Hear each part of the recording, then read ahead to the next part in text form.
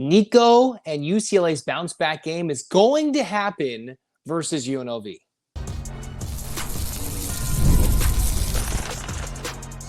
You are Locked On UCLA, your daily podcast on the UCLA Bruins. Part of the Locked On Podcast Network, your team every day. Welcome, everybody, to this edition of the Locked On UCLA Podcast. I'm your host, Zach Anderson-Yoxsimer. Thanks for making this show your first listen each and every day. It's free wherever it's your podcast and it's available on YouTube. Like, comment, subscribe, download, thanks for your support. Welcome back, everydayers. This episode is brought to you by FanDuel. Football season is around the corner. Visit the FanDuel app today and start planning your futures bets now. We're talking about today, how can UCLA right the ship offensively? Because they will carry this team. That's segment one. Then we'll talk about, can UCLA's defense do anything literally against UNLV? That's a team that's been popping off. And three, we'll get predictions. Will they cover? Will they win? I've teased that, but let's go once again into an official score prediction to wrap things up. UCLA desperately needs Nico to have a good game. I talked about this earlier on the pod this week. We're going to dive into it once again. Nico needs at least 300 yards, 3 touchdowns. The Bruins have to put up 31 points. Are they going to? Now, what they need to do to change the perception around the program, just to move the needle a little bit, versus what might happen or might be two completely different things. But Nico, to at least get a little less chatter about him from the UNLV players. We had Jason Kelly on the pod yesterday from Let's Run talking about UNLV's DBs talking smack to Nico. And Nico isn't the guy that seems like he's going to run his mouth. Now, the Tennessee fans will say, oh, he ran out of town. Well, we're not making those jokes. It's time for him to run it all over the likes of UNLV. UCLA can't come out and score 10 points, 17 points, 20 points, and expect that all this hot seat that's burning up beneath DeShaun Foster is going to just go away. A win can, one, make sure that UCLA gets a win. That's how things started last year, a shaky, close, end of the game win against Hawaii on the road. Here we are, much cooler temperatures, but the angst around everybody has just risen. Nico desperately needs this game just to build some confidence. Even if it's not the most spectacular game in terms of the weekend, if it's an A performance, A- performance, takes care of the ball and wows on some throws, breaks off some big plays, then UCLA can do big things. Talking to Jason Kelly yesterday, it was the thought that, UCLA will make some big plays. This is not a UNLV defense that is proven to be good. They have given up hundreds of yards to Idaho State's starting quarterback. They give up points to a Sam Houston State team that is not that good in their transition from the FCS to the FBS. I think, year 2 or year 3 for Sam Houston State at this point. This is an opportune game for the Bruins to make true what DeShaun Foster was trying his best to hammer home about. You'll see the biggest improvement from week 1 to week 2. Now, whether that's true, I'm not sure. But it will happen offensively. That is what I believe will happen. Nico comes in and dominates. Now, the key for this to happen, the O-line's got to be somewhat strong. They got to hold up their end of the bargain. Because if Nico is clearly making plays and running for his life behind the offensive line, then you see that it's wait a minute, what's going on? The offensive line has to hold up. And what we can get proven in this game against UNLV is how strong Utah's defensive front was, how strong their O-line was, their D-line was, because if the Bruins are able to muster up enough time for Nico to throw, to generate a running game of any sort, then UCLA will have some success. UNLV in their first couple of games had 5 sacks. Now, those are against teams with potentially inferior competition, inferior O-lines, hopefully, and the Bruins have done a little bit of work rejiggering, if you will, fixing up the O-line to where it's been rough and oaf in 23, kind of terrible in 24, and somewhat abysmal in the opening game in 25. And if that doesn't change, this season could just about be over if they don't prove to keep Nico upright and give him time to throw. Because you can't just have 2 to 3 years of mediocre to downright terrible O-line play and expect to recruit any quarterbacks. UCLA has no 2026 quarterback commit. They're trying to get somebody to flip. They have Madden who came in, and I'm not sure he's ready. You got Pierce Clarkson away in the wings. I'm not sure he's ready. Nico, what's going to make him want to stay? Well, you got to generate good vibes and make sure he's not limping off the field like he was against Utah. If UCLA gives up 3 sacks in this game, I'm not sure that UCLA is doing things right offensively. Now, there might be a couple tackles for loss. There might be some big things, and unless like Nico slips or something, if UNLV gets 3 sacks in this game, I would say, that's not good. Now, what I do expect, UNLV will get some pressure. Maybe they'll bring some blitz packages to change things up, force him to get the ball out of his hands quicker and maybe make a mistake, because it is a run and rebel team that has forced turnovers. So another key is, can Nico avoid the big mistake? He did throw a pick against Utah in game 1. It was late. It was a misread throw, kind of diving into the broadcast, diving into what they had to say. But in the end, that wasn't what made the difference. It just added on. It was just an add-on, piling up the laundry list of mistakes that UCLA made against Utah. Now, is it fixable? Certainly, and Nico will make his mistakes as a redshirt sophomore learning a new offense. But I think Tino can dial up a good game plan against a horrible showing so far from a UNLV defense in games 1 through 2, already running their mouth. Now it's time to shut them up, especially the Rebel fans, and prove that UCLA is going to go into Vegas and just dominate. All right, that's what they need to do. So look for Nico. This is what his numbers need to be for me to be impressed at all in week 2. All right, 300 yards passing. You got to have 3 touchdowns throwing, some semblance of running game, a little bit from him, mainly from the running backs, and no turnovers. Maybe one if he's slinging it or if there's a bad bounce or something. But if he's coughing it up with an ugly interception that costs the game, that kills a drive, if he's throwing 50% completion percentage, right? Like all the Tennessee fans are in the comments touting, oh, look at those overthrows. That's what he's known to do. Look at that terrible completion percentage. That's what he's been game to do before against good defenses. Well, if it's a poor ability to be accurate, if he has no ability to be anywhere near as accurate as he could be in this game versus UNLV, it's not going to go well. So 300 yards passing, 3 touchdowns, and being kept upright, which is necessarily not his fault, but he has to be kept upright and not taken down more than 2 times. No more than 5 QB hurries, which is a realistic possibility for this UNLV defense, just to make this game fun and exciting. Because if UCLA is to win this, the offense has to come in and score some points. Now, can the defense get any stops? Sigh. I'm not sure. Let's talk about it next on Locked On UCLA. It's almost the weekend. Time to look back and crown this week's MVP on Who Delivered, powered by DoorDash. Just like you can win every Saturday with DoorDash Streaks, saving more every time you order, these players delivered it when it matters most. Let's break it down. For UCLA, it was Anthony Woods, delivered in a big way.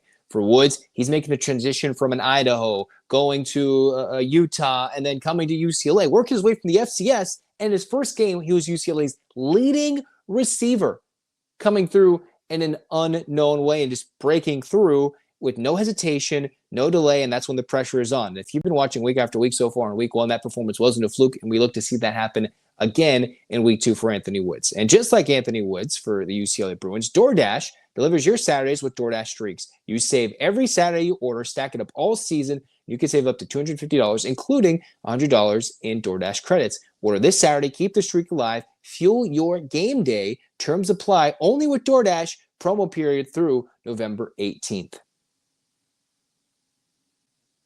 Mazda crafts cars for those who choose to do more than simply move. They follow what moves them every time they drive, and that's what makes Mazda stand out. They go beyond safety, style, and performance to deliver a driving experience that feels alive in every detail. And as an athlete focuses on every detail, Mazda does the same, from metallic accents to hand-stitched Napa leather. You can feel it the moment you get behind the wheel, the smooth handling, intuitive controls, and the standard all-wheel drive in every crossover SUV. It's the small details that makes the big plays, and that's just like there's more to every player, there's more to every Mazda vehicle. Mazda, move and be moved.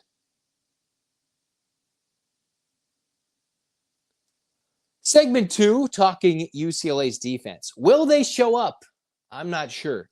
Is this Ikaika Malloe's, beginning of his end as a defensive coordinator at UCLA, or is this the beginning of where he has a reclamation project unlike any other and finds a way, just like he did in 2024, to figure it out? It all starts with two things: a little pressure and some turnovers forced. And maybe they need some turnover luck too. I detailed this a couple weeks ago leading into the season. Let's talk about it again. UCLA last year had some of the worst fumble recovery luck in the country. They had about, 3 fumble recoveries last year. Utah fumbled it once on their own on the kickoff. UCLA didn't recover it. Had a ball punched out when they were driving. UCLA didn't recover it. And when the Bruins were starting to figure it out, it was some interceptions, including a wacky game-ending interception in Nebraska that helped seal the victory, including interceptions, multiple turnovers forced in those games, leading to UCLA victories. 9 of their 13 turnovers forced last year, the Bruins were able to get in a stretch of just absolute dominance. Or, the number off the top of my head might be a little off. But UCLA, the turnovers led to victories. And if UCLA is losing the turnover battle 1-0, I'm probably thinking they're not going to win, because that extra possession is going to make that much of a difference for a defense that only forced one punt on opening night. And then you turn that into zero pressure, watching Devin Dampier run around, do everything he wanted, run straight down their throats. UNLV, you don't think they watched that tape? With their strength in their first 2 games being running the ball with Anthony Calandria and a big-bodied, bruising quarterback, and Alex Orji, the transfer from Michigan, they're going to do that. We might even see a lot more of Alex Orji in this game and just say, hey, go de facto Wildcat and run straight down UCLA's defense, just like what Michigan did to beat USC a year ago, right? Just run, touchdown, run, just trying to run it down their throats, which is exactly what we're going to see. So what was some hybrid, 3-3-5 stack of sorts in the beginning of the game where UCLA had a 3-man defensive line? You're like, come on, they already have limited defensive line abilities. We're going to stack as many bodies up there and hope the front 7 works and is a cohesive unit. And if DeShaun Foster believes it's fixable, then for gosh dang it, we have to see that it's fixable. If UCLA can allow 24 points or less, I would see that as a huge victory. If the Bruins only allow 24 or less points in this game against UNLV, what they've done so far in their first couple of games, move the ball at will, and after how they looked against UNLV, I will take that as a win. All right? Because UNLV, I think, is better than Hawaii was a year ago. Okay, so this is a much tougher opponent than what DeShaun Foster faced in his first game as head coach a season ago in 2024. But UCLA has to force a turnover. And I thought heading into that Utah game, if UCLA is not turning the ball over, then it's going to be a long day at the office. And boy, it was a long day, long evening, rough Sunday sleep, rough Sunday morning, afternoon. And with the holiday weekend, we got to suffer an extra long week into Monday until DeShaun Foster said we're close. And if we're close means anything, it means we better be close to getting some type of pressure. UCLA needs 2 sacks at least in this game. And that seems like a small number if you're going to dominate on the defensive line. But after no pressure, no contain, no assignments being covered against Utah, we need to be proven differently than what we saw week 1. They had to go that much and beyond. Now, am I asking for a shutout? No. 17 less, 20 or less? No. But 24 or less, that would mean almost 4 scoring drives allowed by the UCLA defense, which probably would not be, too shabby if they're lucky. But the Bruins have to come through and do so. So if they can get 2 sacks, they have to force 1 turnover. And I think in this game, as potentially high scoring as it could be, you might need to get 2. Because I still think UNLV will put up points. There'll be a lot of possessions. And it might be one of those 3.5, 4-hour epic classics in college football. What the Bruins were unable to do was recover those fumbles. Well, where are the DBs? Where are the players rallying to the football? It can't just be one guy with terrible tackling technique again and again, failing to contain the edge for a mobile quarterback. You know what Calandria does for UNLV? He runs the ball. What they do when they have an Orji? Clearly run the ball with bigger, stronger, faster quarterbacks and bodies blocking in front of him.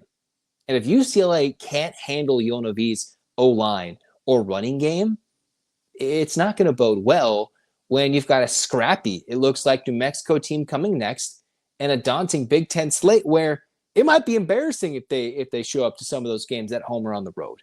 But this is the come-out game they needed. This is the stand-up to all the haterade they're getting from the Tennessee fans, all the national media, all the UCLA fans with our self-loathing fandom that it is for UCLA football at this moment to turn around and have a performance of a lifetime in terms of a week 1 to week 2 turnaround. So at least 2 sacks, 4 tackles for loss to showcase that something is going right. Because if they can't bully on the front 7, if they can't make some plays, call up some perfectly timed blitzes off the edge like it was for Isaiah Chisholm, even though he didn't make the play against Utah, which was one of many plays UCLA didn't make, so it's not just all on Chisholm, and prove that, hey, we can showcase some improvement week 1 to week 2, and it's worth watching the rest of the season.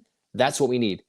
The reason UCLA needs to play very well in this game and win, everybody's already almost checked out. We can't have it be 90% Tennessee fans watching games and 2% UCLA fans watching games and 8% just the rest of the college football world laughing at us. We can't see that. I don't want to see that. I don't want to hear that at this very juncture. So at least 2 sacks, 4 tackles for loss, and 1 turnover force needed to win this game. If they don't, UNLV will put up 45. They could put up 50. They could do a lot of damage in embarrassing the Bruins on the CBS Sports Network in a primetime game. It won't even be hitting at 11 p.m. Eastern. It's at 5. This is prime time. And UCLA better perform because people will find it. They'll find the highlights, and they better win. And here is my prediction. I'm going to tell you next. I've already said a little bit before. What's the final score? What's going to happen? I'll tell you. I Locked On UCLA. Hey, UCLA fans. Are you still paying full price for gas? Stop leaving money behind. Get real cash back every time you fill up with the free Upside app. Simply download the free Upside app in the App Store or Google Play Store right now and start earning cash at the pump today. Use my limited time promo code FOOTBALL and get an extra 25 cents back per gallon on your first fill up. You can make up to $300 a year from just buying the gas you already needed. And at first, for me, I thought it was too good to be true, but it's totally legit. Real people are getting paid just to make their daily commutes. You can too. Cash out anytime on your bank account, PayPal, e-gift card for Amazon and any other brands. Don't let this offer drive by. Download the free Upside app now using my limited time promo code FOOTBALL for a limited time 25 cents per gallon bonus. That's the promo code FOOTBALL. Offers vary by user and location. Go to upside.com for terms and conditions. The NFL season is almost here, and FanDuel is making sure you're ready for kickoff with a can't-miss offer. Right now, new customers can bet just $5, and if your bet wins, you'll get $300 in bonus bets to use across the app. Here's the FanDuel line for this UCLA-UNLV game. UCLA on the road, despite everything that happened in Utah, still 2.5 points favorites. Minus 2.5 for UCLA against UNLV. And I'm taking it. I'm taking the cover for the Bruins. All right, I'll tell you more soon, but UCLA, you take your 2.5 and maybe get that bonus with it because it's quick and easy and the best way to add a little more energy to your Sundays or your Saturdays using FanDuel. So if you're ready to play, download the FanDuel app now by visiting FanDuel.com to get started. That's FanDuel.com to place your first $5 bet.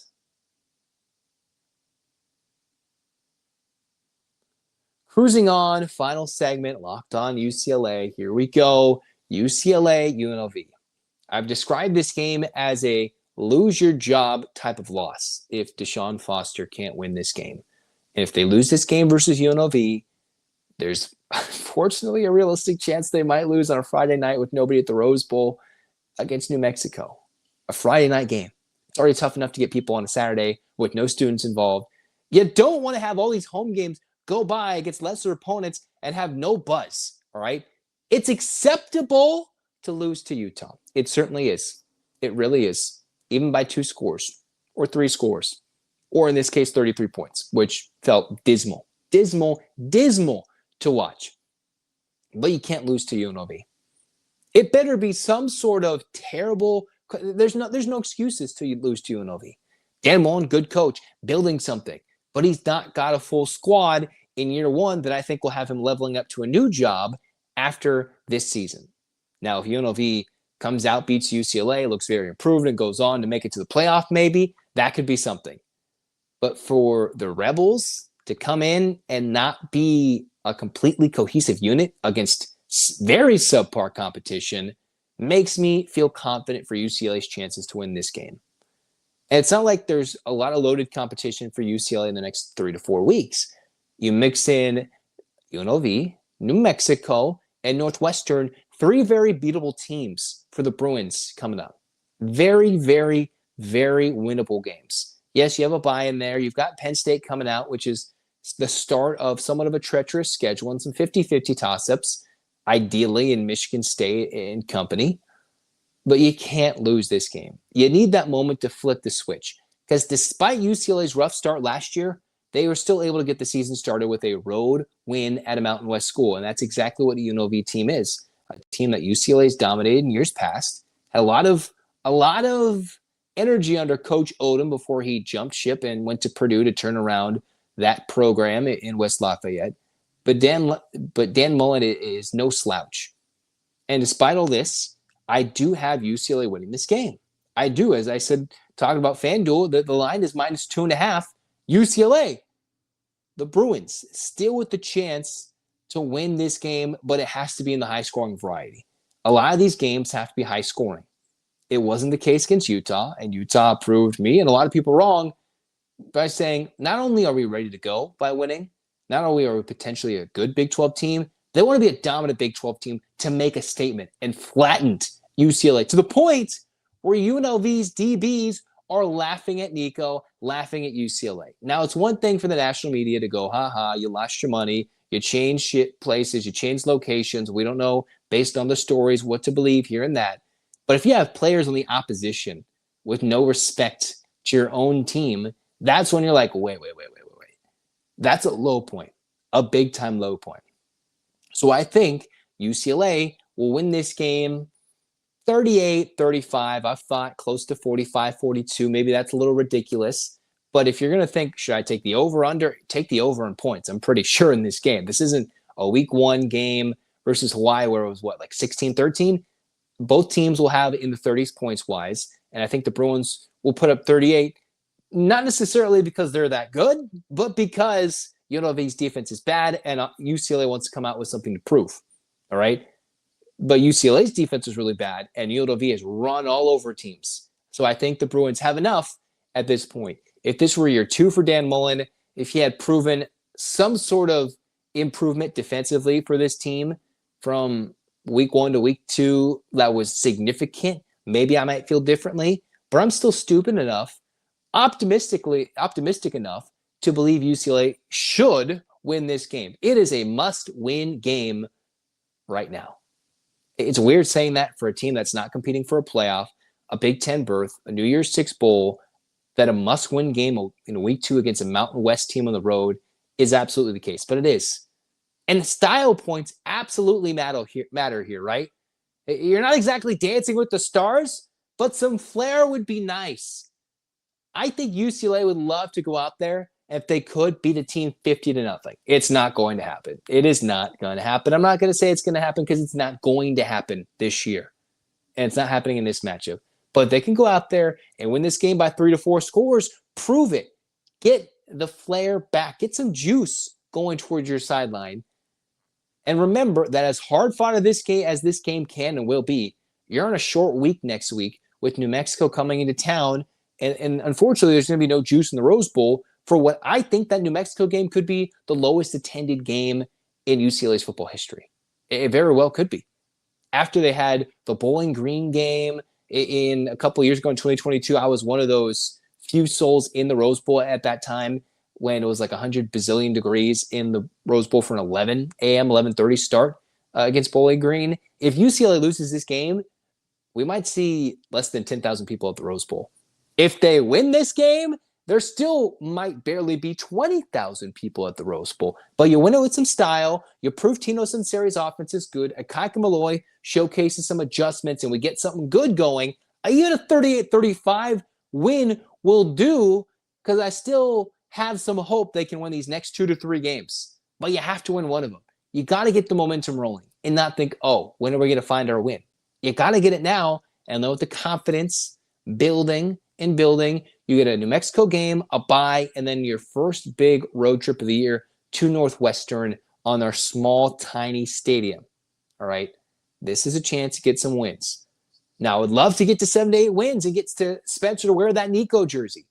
But it starts today in this game versus UNLV.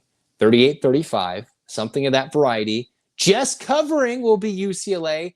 Down at the very end of the game, you kick a field goal to win it. Maybe it's Mateen Magani that plays the hero with like a 53-yarder, blasts it at Allegiant Stadium because they're not outdoors, they're indoors in the air conditioning. So it's not like they're going to be tired and overheated from being at the Rose Bowl or in Vegas. It'll be perfect temperature. I don't think the atmosphere will be extremely rowdy. And I believe the Bruins will win this game. Nico puts up 300 yards, 3 touchdowns, maybe even like 75 yards of offense rushing the ball. And we see a UCLA rushing attack that breaks 130 yards on the ground. Dare I say something stupid like that? And the defense actually hits the keys. 2 sacks, 4 tackles for loss, and has a good game while still allowing a lot of yards and a lot of points. That's my expectation in this game. Whether I'm right or wrong, we will react to this game after the game. I'll have a reaction posted right away here on the Locked On UCLA channel, and we'll have some fun digesting the good, the bad, the ugly, and cry tears of joy, of just sorrow, maybe get crazy, but we'll have some fun. So like, comment, subscribe, download. Thanks for your support. This has been Locked On UCLA. Get your hands up, Bruins fans. 8 clap time, baby. And 1, 2, 3, 4, 5, 6, 7, 8. UCLA. UCLA, fight, fight, fight. This has been Locked On UCLA. Zach signing off. Go Bruins.